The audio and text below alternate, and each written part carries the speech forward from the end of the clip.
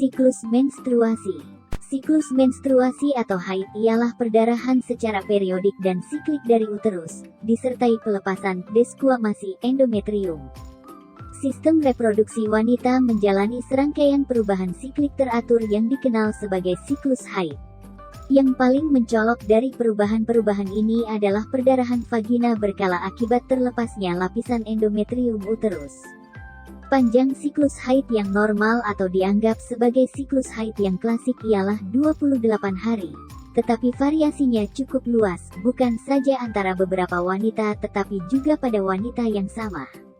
Selang waktu antara ovulasi dan hingga awal perdarahan menstruasi relatif spontan dengan rata-rata 14 hari pada kebanyakan wanita.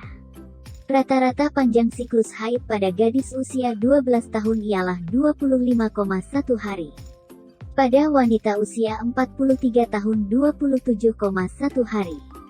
Dan pada wanita usia 55 tahun 51,9 hari.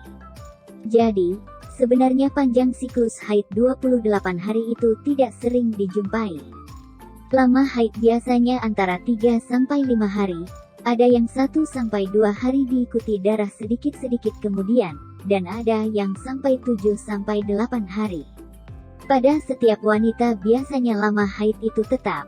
Jumlah darah yang keluar rata-rata 33,216 cm3. Pada wanita yang lebih tua biasanya darah yang keluar lebih banyak. Pada wanita dengan anemi defisiensi besi jumlah darah haidnya juga lebih banyak. Jumlah darah haid lebih dari 80 cm3 dianggap patologik. Darah haid tidak membeku, ini mungkin disebabkan fibrinolisin.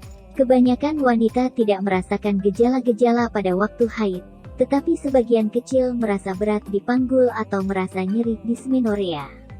Usia gadis remaja pada waktu pertama kalinya mendapat haid menarche bervariasi lebar, yaitu antara 10-16 tahun, tetapi rata-ratanya 12,5 tahun.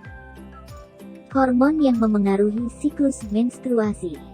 4 hormon yang bertanggung jawab untuk siklus menstruasi adalah hormon estrogen, progesteron, hormon perangsang folikel FSH, dan hormon luteinizing LH. Hormon estrogen berfungsi untuk menebalkan lapisan rahim dan mematangkan sel telur sehingga siap untuk dibuahi.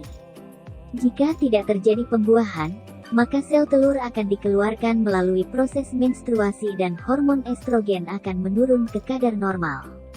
Hormon progesteron berpengaruh terhadap siklus menstruasi dan ovulasi. Saat wanita mengalami ovulasi atau sedang berada di masa subur, hormon progesteron akan membantu mempersiapkan lapisan dalam rahim yang disebut endometrium untuk menerima sel telur yang telah dibuahi oleh sperma.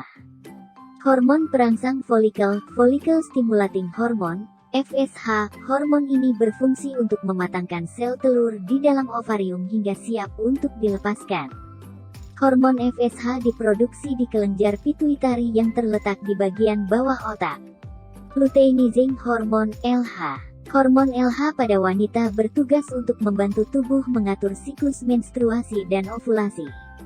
Proses menstruasi.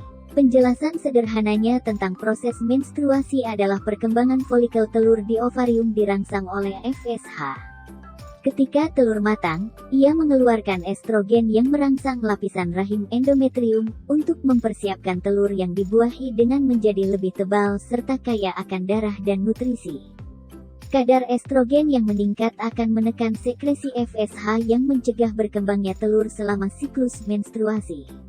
Ovulasi terjadi ketika lonjakan estrogen menghasilkan lonjakan LH, yang menyebabkan folikel pecah dan melepaskan telur ke tuba falopi. Folikel yang pecah dikenal dengan sebutan corpus luteum, akan mengeluarkan progesteron, yang membantu mempersiapkan endometrium untuk telur yang telah dibuahi. Jika sel telur dibuahi, estrogen, dan progesteron, kemudian dilepaskan supaya menjaga endometrium tetap utuh. Jika telur tidak dibuahi, corpus luteum berhenti memproduksi progesteron dan kadar estrogen dan progesteron menjadi turun. Kadar hormon-hormon yang lebih rendah ini menyebabkan endometrium luruh dan menstruasi pun dimulai. Siklus dimulai lagi ketika kadar FSH naik karena kadar estrogen yang rendah. Selama perimenopause, telur menjadi kurang sensitif terhadap FSH dan mungkin tidak berkembang. Jika telur tidak berkembang dengan baik, estrogen yang dikeluarkan akan lebih sedikit dan kadarnya mungkin tidak cukup tinggi untuk menyebabkan lonjakan LH yang diperlukan untuk ovulasi. Ini dikenal sebagai siklus anovulasi, siklus tanpa ovulasi.